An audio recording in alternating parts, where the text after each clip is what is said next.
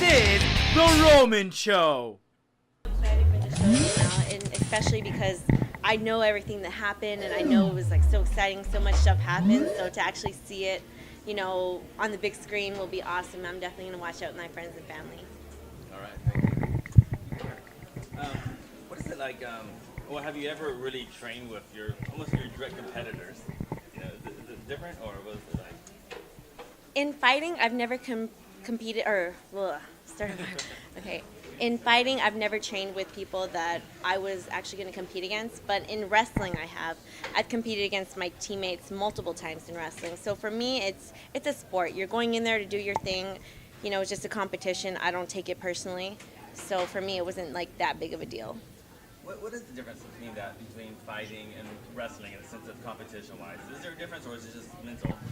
I think with wrestling and fighting, there's a difference because wrestling, although you're trying to dominate someone and you're more trying to like control them, and with fighting, you're trying to basically hurt somebody, and you're trying to like, you got to really like let go and just go after it, and you got to be really raw and just all over it. And I think that's a different kill instinct in fighting than there is from wrestling.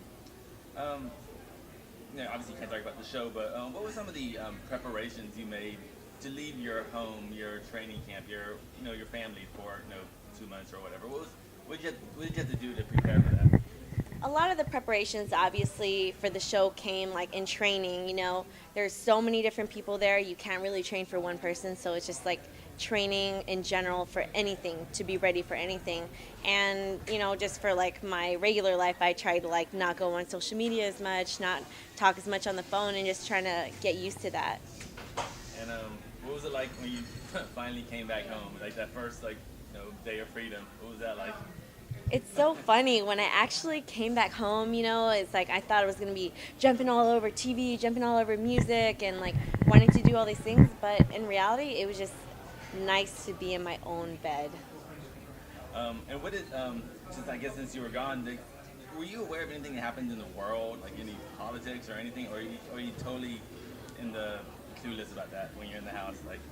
Am I allowed to say that? Well, I mean, just big world events. There's a big, riots in Ferguson, things like that. I mean, was it interesting coming back and just hearing how much of the world you missed, maybe?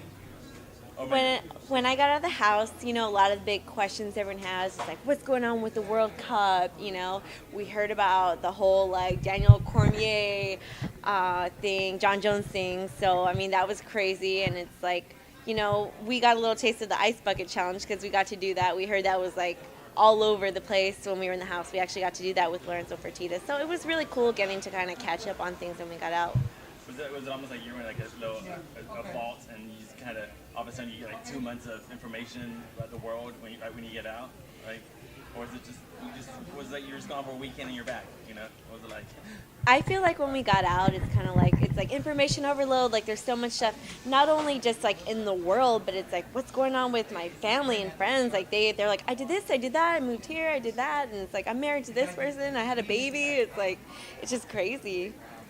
And was it good? Was it nice when you got out of the house? Did you kind of leave MMA for a little bit? Because I figure you're around that so long. Was it nice just to be a person again? Well, when I got out of the house, honestly, I'm just like, I need a break. Preparing for The Ultimate Fighter was hard because we knew about it, I think, about 7-8 months before we were going to go. So that was in my mind the whole time. It was like, I am all about this. Everything I did was just preparing for that. So, and then being in the house for 6 weeks, it was like, it was just been a whole year based on The Ultimate Fighter, which is amazing. It was a great experience, but I needed a break. Thank you. Carla, can you let me know about Hispanics? I remember you have a Hispanic background. Tisha Torres is also in the show. She has a Hispanic background. But tell me about women's mixed martial artists being Hispanic and having the opportunity during this season of The Ultimate Fighter. It was such a great experience, like being on the show in general, and I feel great, to represent the Latina community, because I feel like Hispanics, they're so passionate about sports, and they back us, and it just feels great. My mom is from Ecuador, my dad is 1/4 Mexican, so you know, it's just great to like be one of those people to represent, you know, Hispanic people. Do you see more young Latina girls getting into MMA, and what's the motivation? Is just a girl like yourself?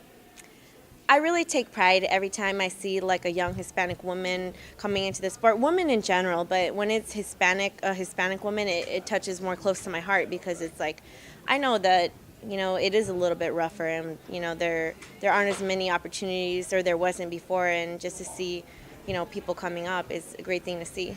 And knowing that you were Invicta FC champ, are you going to be supporting that card coming up too? I will always support Invicta FC. They supported me, they supported women. I feel like they're a huge part of why women's MMA is doing so well. So I'm always going to support them. I'm always going to promote them. It's just a great organization.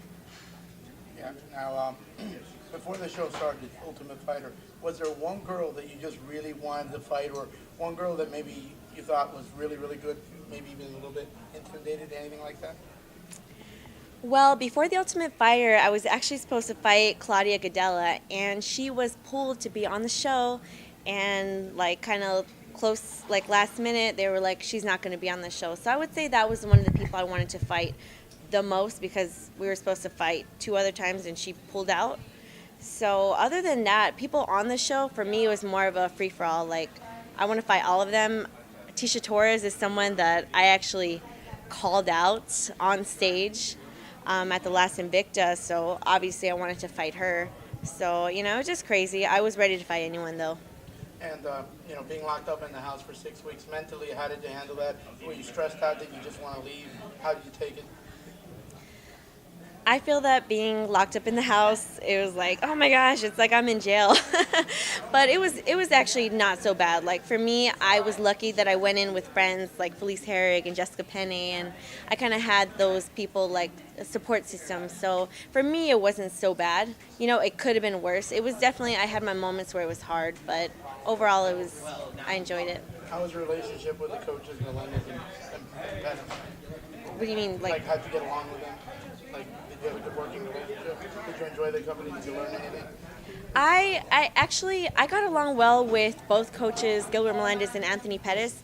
I felt like they were both super respectful of the women. It was, you know, it was great. They were cool to everyone. Didn't matter like who was on which team. They were cool to everyone. And what's cool is they actually both have little girls. They both have a daughter. So I think they really appreciate what we're doing and they really respect women.